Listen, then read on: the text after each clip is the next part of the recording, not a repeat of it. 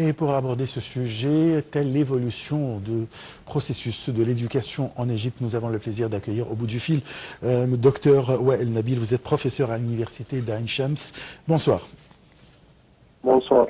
Alors, le président Abdel Fattah el-Sisi s'est réuni avec le Premier ministre et le ministre de l'Éducation sur les mesures prises par le gouvernement pour surmonter les défis du système éducatif et les moyens d'améliorer et de renforcer l'efficacité de l'éducation. À votre avis, l'importance de cette réunion en ce moment? C'est très important. Nous sommes arrivés presque à la fin de la première du premier semestre scolaire. On a relevé certains problèmes au cours de l'application du nouveau système et c'est très important, c'est très applaudi par le peuple, pour le président, parce qu'il est intéressé à modifier positivement le système d'enseignement en Égypte pour avoir une bonne place dans l'ordre international concernant la classification des pays intéressés à modifier ou bien à donner un enseignement plus qualitatif pour son peuple. À votre avis, quels sont les défis du système éducatif en Égypte et comment les surmonter? Les défis sont nombreux, commençons par le début, c'est-à-dire pour quelle raison j'ai été admis à la faculté de pédagogie. Seulement pour le pourcentage, donc je suis obligé, à cause de mon pourcentage au bac égyptien, à être admis à la faculté de pédagogie alors que je voudrais une autre faculté. Deuxièmement, lors de la distribution interne des étudiants, toujours on regarde le nombre ou bien la note nécessaire pour être admis dans telle ou telle section. Et par conséquent, si je suis intéressé à l'histoire, mais je n'ai pas pu obtenir la note voulue pour être admis à la section d'histoire, donc je suis obligé de chercher ou bien d'accepter un autre département ou bien une autre section.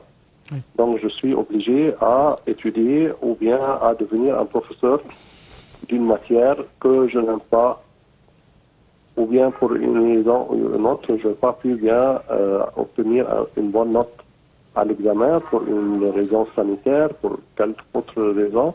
Donc tout mon avenir a été basé sur l'examen du bac égyptien.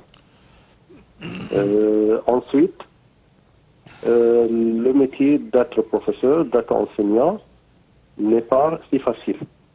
Et les étudiants pensent à M. X qui est très célèbre, qui a pu avoir beaucoup de sa carrière professionnelle à construire une villa ou bien à avoir une voiture de telle ou telle marque à la dernière mode. Donc, ceci, c'est le rêve pour tous les étudiants. Et une fois je ne suis pas capable de réaliser ce rêve, je ne travaille pas comme il faut. L'enseignant ne touche pas à la fin du mois un salaire qui lui permet de bien travailler et ensuite de bien aimer son travail. Il a besoin d'une bonne tenue, d'un bon aliment, de bien de trouver un bon logement, donc pour être prêt à consacrer toute sa vie pour ce métier crevant. Passons ensuite la classification des établissements scolaires. Pour quelle raison j'ai pu trouver la chance dans une école internationale ou bien dans une école gouvernementale, et la différence de salaire est très flagrante. Est-ce que vous êtes là? Je peux continuer d'autres raisons. Oui, tout à fait, je vous suis complètement. Oui, donc alors, à la fin, on trouve que... Oui.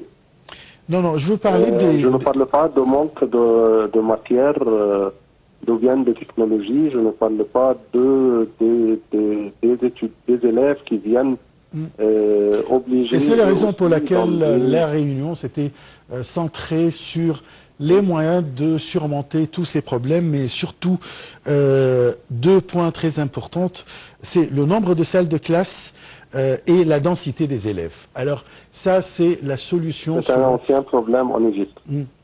Et toujours on travaille pour retrouver deux solutions aptes à mettre fin à ces problèmes. Mais en fait, la population augmente.